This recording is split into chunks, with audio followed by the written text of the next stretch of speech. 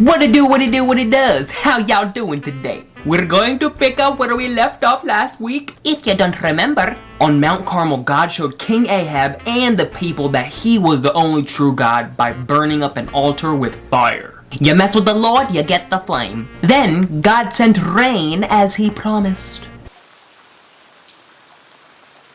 But there was a wicked queen by the name of Queen Jezebel, and she was still angry. And I would be too if my parents named me Jezebel. She also wanted to kill Elijah. This dude's just trying to serve the Lord, and everybody and they mama trying to chop him up. And Elijah was actually afraid. He ran into the desert and sat underneath a tree. Hopefully it wasn't a cacti. You know, the porcupine of nature's foliage. But God took care of Elijah. Soon an angel came to Elijah and woke him up. Wake up, Vato, wake up! I brought you some food and water.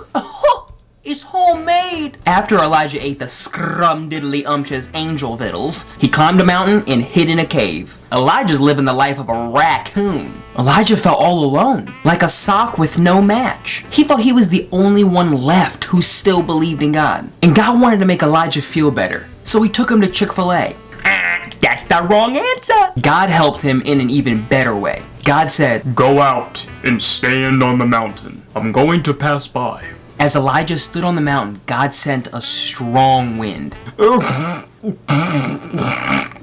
He crop dusted him. The wind was so strong it broke rocks into pieces. And that's how I know we're made in God's image, because my dad also has destructive farts. But the Lord wasn't in the wind. So then God sent an earthquake. The ground was shaking like everybody was doing the wobble. But the Lord wasn't in the earthquake. And then came a fire that crackled and burned like ferocious morning breath. But the Lord wasn't in the fire. Elijah found himself in the middle of earth, wind, and fire. Do you remember the 21st night of September? That was for you old people watching. Even though Elijah was surrounded by flames and earthquakes and heavy winds, he was not in danger. God took care of him. And then Elijah heard a whisper, a careless whisper.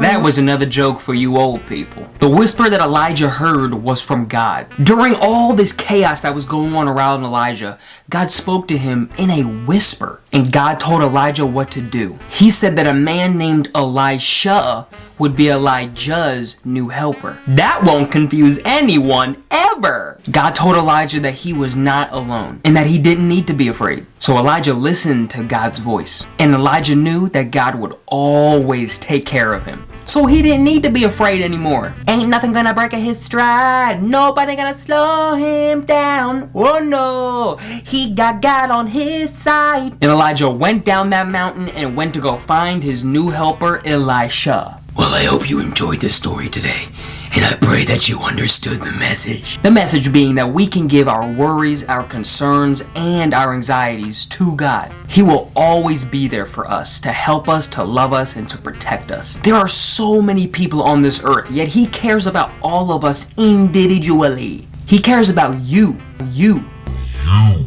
Even if you feel alone, afraid, or depressed, you can always turn your focus onto Him, and He will be the light in the darkness. The best part is God will never give up on you, so don't give up on Him.